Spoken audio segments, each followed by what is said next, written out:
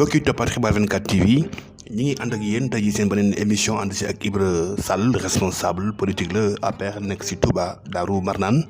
waxtaan bi Ibra mi ngi tënku seen parti bii di APR ak seen coalition Benno Bokk Yaakaar question bu njëkk bi mooy ban diagnostic ngeen def bi ngeen génnee si élection 2019 yi parce que dañoo nemmeeku ni boobu ba léegi dara amul defu leen dara te yéen a ngi enduré ay problèmes yu métti tey jii Ibra moom bokk na si ñi nga xamante ni yàgg nañu bind ay documents di wax ak di alerter yéen a ngi jëm say échéance tey lan mooy war a nekk taxawaay bi seen ëllëg. bon diagnostic ke APR moom Babacar boo bëggee dëgg rek mooy parti la boo xam ni dafa nekk à l'agonie fii au niveau de Touba dafa nekk au niveau de Touba man nag yàlla dimbali na ma ba depuis donc le référendum de 2015 ci laa alerté woon. bi fi donc non bi remporté woon plus de 30 000 voix ci oui ou non bi ci laa defoon donc alerte te donc buñ ci jógul parti la boo xam ne nii buñ ko organisé wul structuré wuñ ko parti la boo xam ni daanaka donc dana dem ba fii ci Touba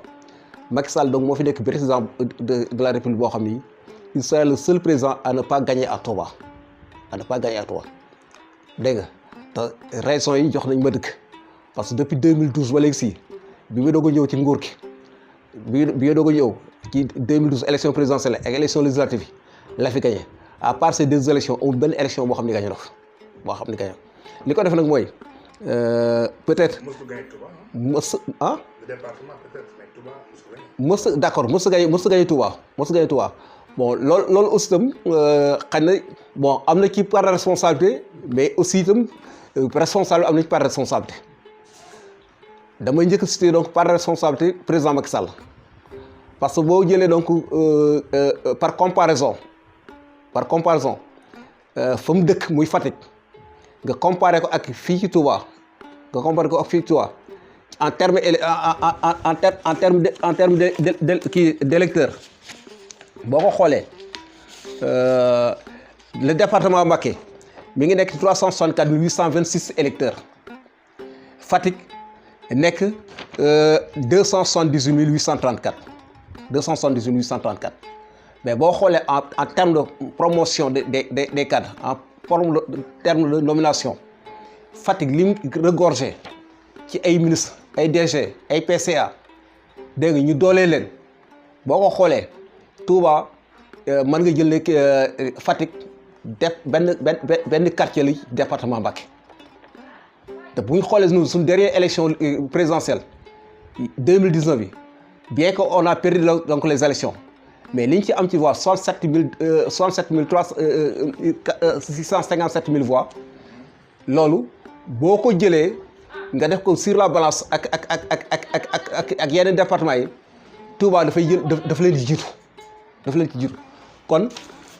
loolu mooy part de responsabilité bi nga xam ne président ñi mu waroon dooleel dafa leen doolewul ñi mu waroon a jàppale Touba dafa leen jàppalewul dégg nga parce que nit ki mënoon na ko liggéeyal ma jox ma ay résultats di joxloo ko ay moyens mais bi des mooy responsable yi nga xam ne dañ fi nekk pour man ils sont pas à la hauteur nekku à la hauteur yaa ngi fàttali ko élection législative yi mu ci am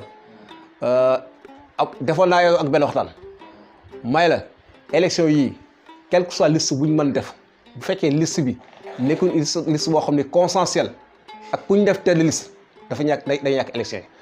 parce que ñi tànn nekkul ñoo xam ne dañoo am légitimité populaire di nga wax ci base bi dañuy nekk ci seen biir rek def la neex ne da yaakaar ne aw tur wala aw sant wala kii moo tax donc kooku yor mbooloo fekk ko wax ji nekkul foofu responsable yi am nañ ci part responsabilité dañu sore ak base bi kañ lay yëngatu mooy bu veille élection actuellement amul benn activité boo xam ni parti bi nga koy organisé léthargie la nekk moo tax ma ne la parti dafa nekk à l'agonie li fexe bu bërki démb rek boo gisee tour président bi de retour donc de kii di Fouta mu war a jaar Linguère responsable yëpp mab wala ñu bëri mab bàyyi fii dem fekki fële président bi mu retourné jaar fi dégg nga il a été hué donc par ñu yoxoo loolu manque de vision la ak manque aussi vraiment donc de punch ak manque de leadership ak manque de charisme moo tax dëkk bi fi mu ne après moom sawar ko tas la kenn ku ci nekk yaay coordonné sa bopp amul kenn koy coordonné. ndax am ngeen waxtaan bu ngeen def ngir saytu jafe-jafe yooyu parce que bu ñu xoolee yéen a ngi enduré lu métti ni ma ko waxee woon ngeen jëm si ay local ak législative te am na benn gab bu yaatu si ay difficulté bu ngeen war a mën a sakk. en tout cas ci tendance bii muy kii bu fekkee c'est la tendance continue ba le 22 janvier 2022 quelle que soit liste bu fi président bu fi paree que conseil départemental liste élection yi dañ koy ñàkk parce que nu responsable ñooy xeexante ci seen biir ndax dañuy fekk koo xam ne dafay liggéey am base politique am nga xam ne parti bi jàppale ko dara ba muy liggéey base am am na ñoo xam ne peut-être ñoom ñu ngi ci seen chambre climatisée wala ña nga feneen ñu ne dañuy confession liste bi ñu dem def lañ ci liste ba am ñoo xam ni ñu génn lañ ci liste ba ñooñu bu ñu gis seen bopp parce que élection locale la du élection présidentielle élection locale kenn ku nekk ca gox ba am nga ambition am na ki ne man kat bon sama parti ki investirul bokkuma ci liste bi gisuma sama bopp mën na ma voter contre cette liste là te loolu nag ça risque donc d'arriver donc à la coalition quel que soit donc ak liste bu ñu ci mën di kii bu fekkee dañoo bàyyi ñi nga xam ne ñoo nekk terrain bi am base ñu dem seet ñu leen neex ay farfarloo liste boobu dañ koy contre. Ibra Sall su ma la gisee ngay waxee nii ana discipline de parti nekkul si yow. président kam ñuy joxoñ président fu mu dem rek daf ne diglu leen ma moom moo ñu gën a xam parti bi mais président fii ci Touba moom ñoo ko fi gën a xam parce que président lan la fi ñëw ay visite privée la fi ñëw rendre donc dem ci xalif bi nuyu ko mais ci terrain politique bi ci base moom ñi fi dëkk moom ñoo ko gën a xam kenn ku ci nekk la ngay peser xam nañ ko dañuy buñ ci farfarloo seet na kii kat war nañ ko def ñu seet koo xam ne mën na la ñu bañ koo def kooku buñ ko dugal ci liste mën na dem coaliser avec d'autres formations politiques. dafa mel ne da ngay cautionner yàq naka la président Macky Sall moom mooy partem joxe ay fonds teg ay hommes de confiance am tous les renseignements nga gën koo xam parti bi tey ngay waxee nii. non c'est-à-dire président mën nañ ko fournir de faux renseignements jox de faux renseignements parce que léegi saa yi donc nit mën na jël nit fay ko ne ko defal ma sama promotion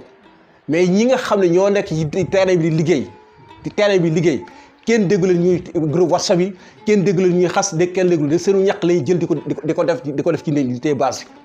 di waxtaan ak nit ñi nañ diglu ñooñu mais leneen loo xam ne président def na ko bàyyi ñi nga xam ne ñoo nekkoon ci liste bi ñoo nekk terrain bi di liggéey guddeeg bëccëg métteel la am ci élection yi. pourquoi benn liste boo xamante ni warul mën a dépasser 100 ñëpp bëgg see mën a nekk ku jóg ni responsable nga yaakaar ni boo nekkul conseil départemental nekkoo dara loolu tamit mooy lan ana esprit de dépassement ana patriotisme dafa mel ni poste moo leen gën a intéressé. donc kii Babacar képp kuy politique bëgg nga ndomba tànk mënta passé yow fi nga dëkk nga tekki fa dara dégg nga léegi nag loolu pour mu am ñi nga xam ne ñoo nekk ay responsable xam ni ci seen biir nañ trouver donc consensus def donc une consensus bien que donc consensus ça n'existe pas en politique mais nag mën nañu fexe nag ba jéem rek ndax arrondir les angles nga xam ne donc kenn ku ci nekk au moins da nga ci mën a gis sa bopp bu ko defee ñu dem campagne ensemble battre campagne ensemble ñu voter ensemble ñu gagner ensemble. dans zone yi ngeen fi instauré woon dafa mel ni c'est une forme de consensus parce que zone yooyu noonu boo xoolee buñ ko boolee moom mooy créer APR au niveau de Touba ndaxte foofu la responsabilité waxee di nase di nocci ndax da nga gis ni zone yooyu dañoo obsolète maanaam amatuñ njëriñ. non c'est pas nekkul forme obsolète sax parce que man miy wax ak yow. man maa tëggoon zone yi man wax maa ak yow maa tëggoon zone loolu dama ciy revenir parce que ñu bari yi ngi jël zone di ko moomel ma sam di ko moomel ma dem zone yi ci sama xalaat la jógee bien vrai que donc mën nañ ko donc tëggaat d'une autre manière mais zone moom bu ñu ko wax fii ci Touba moom ci man mii Ibra Sall ci la jógee damaa ngi les documents authentiques léegi zone yi xam nga li tax zone la mu war a dox parce que zone balaa dox rek mooy élection dafa jub mais bu élection passé kenn ku ci nekk yaa ngi sa roq kenn ku ci nekk yaa ngi kii kañ lañu dajewaat mooy élection jub ñu dem ci zone yi de zone bu aussi nañ ko war a tëggeewaat dañ ko tëggeewaat parce que boo jëlee lu mel ni Darou Marnane comme fi laa dëkk fu mel ni Darou Marnane ñu def ko benn zone dégg nga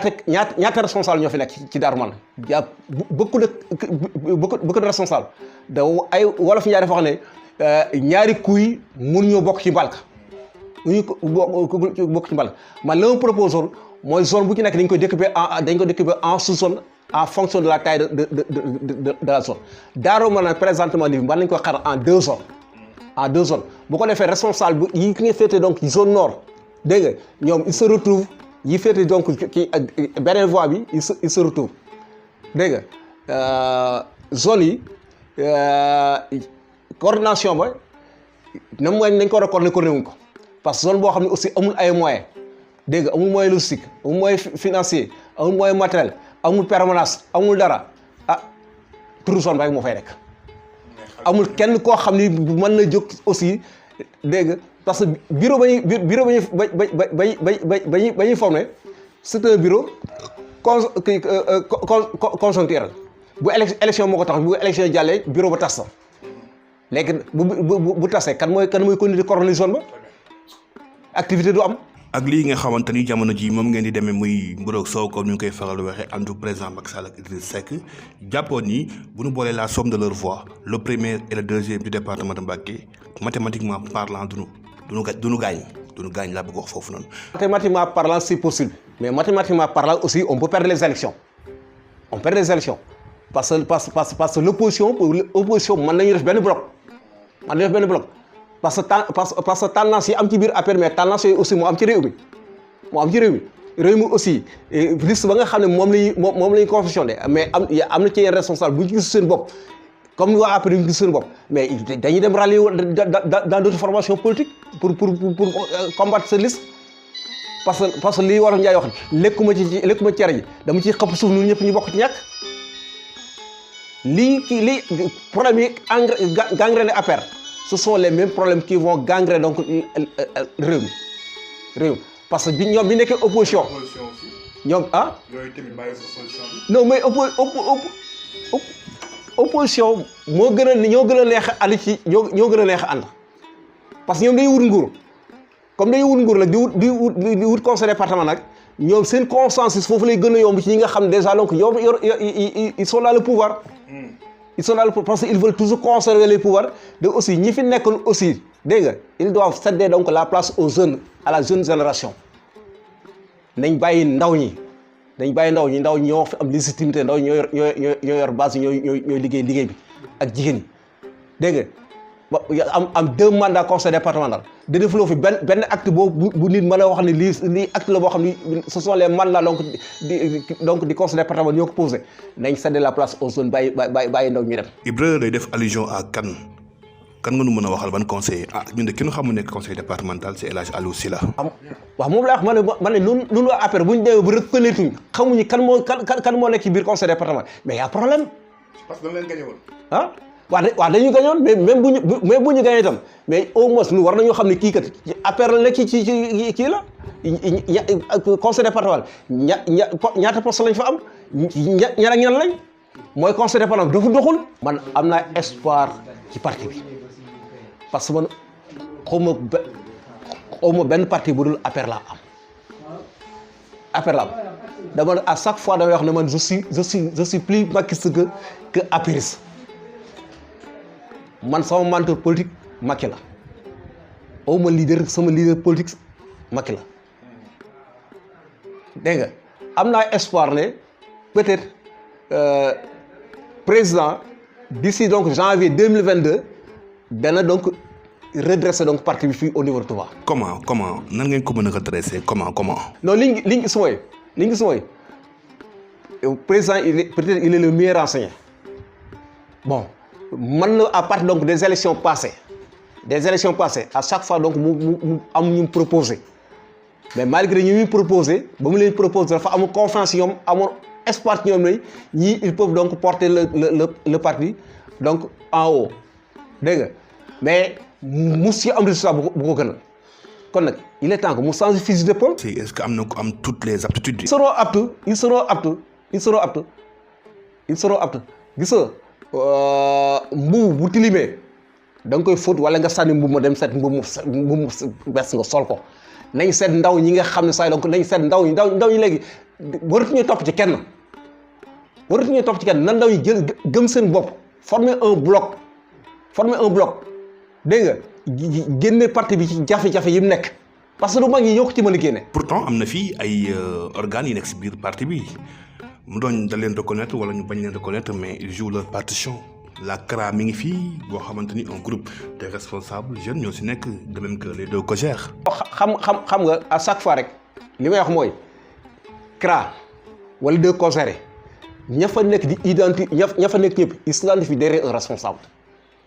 ñoo leen di orienté ñoo leen di jox ay orientation mais CRA ñan la ñoom Bathie Sock ñoo fa nekk ñoom Général Diène Guèye ñoo fa nekk ñoom Bassirou Diagne ñoo fa nekk ñoom Mor Lo ñoo fa nekk dégg nga mais ñooñu peut-être donc ils sont sous la coupole de Cheikh Abdou Bali ñeneen ñi aussi ñi ngi woon ils sont sous la coupole de l'autre là de Moussa Silo de Moussa Silo donc léegi ñoom ñuy jàppale ñoom est-ce que bi ñuy def CRA est-ce que élargir nañ ko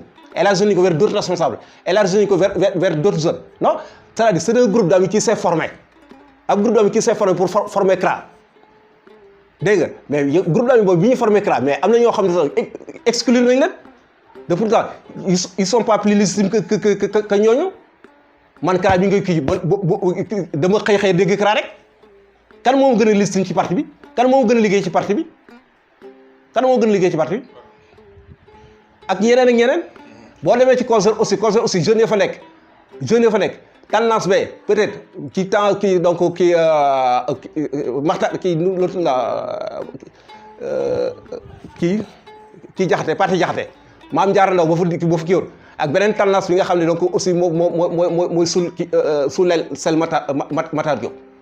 mais loolu la kenn ku ci nekk amuñu benn autonomie amuñu benn liberté bi parce que le seen leader bëgg moom la ñu bëgg mais en principe benn COJER moo war a am bu fekkee ñoom li ñuy wax ni parti bi la ñuy liggéey président la ñuy liggéeyal benn COJER moo war a am. fi gis mooy dafa mel na ni Cheikh Abdou Mbacké Gaïndé Fatma ministre conseiller auprès de son excellence président Macky Sall moom mooy coordonné. Cheikh Abdou Bali quoi qu'on dise moom moo fi légitime parce que moom la fi président jox nommé ministre conseiller parce que président moo am attribution ku ko neex mu dénk la il est le seul responsable crédible boo xam ni président buy wax moom lay waxal. dégg nga bu dee yow moom il faut mu informer ko dégg nga mais véritablement est-ce que ce rôle bi nga xam ne donc rôle de rassembleur dégg nga rôle de donc d'unifier ça donc tous les responsables est-ce que rôle boobu dégg nga Cheikh Abdou Bali am na volonté bi mi ngi fi mais qu'est-ce qui l'empêche y a des blocages parce que ci biir koor gi rek biir koor gi mais boo la mu woote woon këram donc ci solidarité bi mais beaucoup de responsables dañ ko boycotté war ngeen la laaj lan moo tax ñu boycotté dégg nga boo demee fële ci Modou Mbacké Bara Dolly aussi moom itam mi ngay ak tànnaasam nga dem foofu si mi ngi ak tànnaasam dégg nga xam ne kon responsable yi ci yu mag yi aussi ànd bi ñu war a ànd ñu. moo tax pour répondre ak sa question nga ne donc moom mooy coordonnateur may leen donc coordonnateur c'est parce que donc moo fi am légitimité bi président moom lay waxal. kon nangul nañ ko. mais bien sûr dañ ko koy nangul mais ña nga xam ne aussi kon dañoo gis ne donc il faut ñu nangul leen loola parce que c'est en politique rien ne se donne tout s'arrache en politique parce que xëy na loolu mooy seen vision. mais comme moom la fi président donc moo am habilité moo am pouvoir sañ-sañ ku ko neex mu tànn nommé la moom la ko def moom lay waxal loolu duñ mën a def du ànd ci la nga xam ne président moom la ko def. Ibra yow tamit li wax gars yi wala xuri rek ana sa fidélité man dama lay gis parfois yeneen kër leader gis naa la récemment yàgguloon nga sëñ Abdoulaye Diakhaté loo fa doon wuti yow it ana fidélité. non Abdoulaye Diakhaté ba ñuy ànd ak moom c'était dans le cadre du parrainage ñu nekkoon alliance. parce que boobu serment le collectif des anciens pour la réélection de Macky maintenant qui s'appelle plus serment mais qui s'appelle collectif des anciens pour la réussite de Macky dégg nga booba bi ñuy def bi ñuy formé suñu bureau bi ñu ko installé fii boobu il était le seul responsable boo xam ne moo ñu jàppale woon Cheikh Abdou Bali jàppale woon nañu mais xëy na Cheikh Abdou Bali à un moment donné xëy na donc amoon na ay doutes yoo xam ne wala ay scepticisme yoo xam ne moo tax bu gutoon dem au fond parce que mbirum intellectuel mbirum enseignant la woon dans le département mais Cheikh Abdoulaye Diakhaté nag moo ànd ak ñun nag jàppale ñu nag dégg nga ci parrainage bi aussi mu jàppale ñu itam ñu di ko jàppale ci parrainage bi loolu moo ñu lee woon mais il n'était pas notre responsable politique man kenn laa am man depuis ba ma duggee ci man booy dugg ci parti bi je suis le seul bu def meeting de ralliement amoon ku benn responsable boo xam ne ma bott ci yoon amu ba léegi si benn responsable mënut a wax ne Ibra Sall maay responsable mënut a am je défie quiconque ci responsable ci dëkk. Ibra yow cooli loo apporté appareil APR bu Touba loo leen apporté la. li ma porte APR fii ci Touba du ma toog di ko wax mais ñi nekk ci terrain bi ak man ñoo koy wax ñi nekk terrain bi ñoo koy wax parce que man. Darou Manane dañuy fi dóor mais problème d'organisation la ak problème bi ma wax rek. non du ma ci génne sama bopp parce que le parti ne vit pas parti bi dafa dundul. mais politique animation la ak occupation du terrain ak massification du terrain massifier le terrain dégg nga est-ce que mas nga dégg ça donc ki benn responsable dem décrocher donc un membre de l'opposition amul dégg nga lan la ñuy décrocher c'est donc responsable Ibra Sall nga dem xëcc ko teg ko def ko ci sa wet mais loolu moo yokk parti bi loolu yokku parti bi boo yokk parti bi da ngay dem seet koo xam ne ça donc ante yow nga dem jëli ko andi ko ngay def ay animation def ay activité am sa benn plan d'action mais loolu nag ay moyens moo koy def ñi nga xam ne nag ñoo yor ndomba tànk nag ñu nekk ay élus wala ñooñu tey saa donc ñoo waroon di proposer ay activités parce que bi leen président fal leen ko ci aw tur fal leen ko ci aw sant dégg nga nomination politique la kon sur le plan politique dañoo war rendre président aussi jàppale ñi nga xam ne aussi amuñu doole ñi ngi ci parti bi. voilà Ibra bu amul looy doole ñu bàyyi la dañuy tàggoog yow mu nekkoon émission bi nga xamante ni ñu ngi la ko jagleeloon fii si Touba Darou Marnane si fief say dernier mot par rapport à l'émission. sëñ Abdou Samad moom doom sëñ Seexuna moom sëñ Abdoulaat nga xam ne pendant des moments très difficiles moo ma jàppale parce que xam na ne donc sonn naa ci parti bi xam ne donc li ma def ci parti bi ñeneen ñi ngi koy def ci parti bi xëy na aussi am na ñeneen ñoo xam ne ñi ngi jariñu ci parti bi loo xam ne man def naa ko ci parti bi awma ko ci ba mu ko gisee la ma waxtaan ak man dans un partenariat dans une alliance ñu ànd ci biir koor gi li ma fi joxoon ci solidarité moom ma ko jox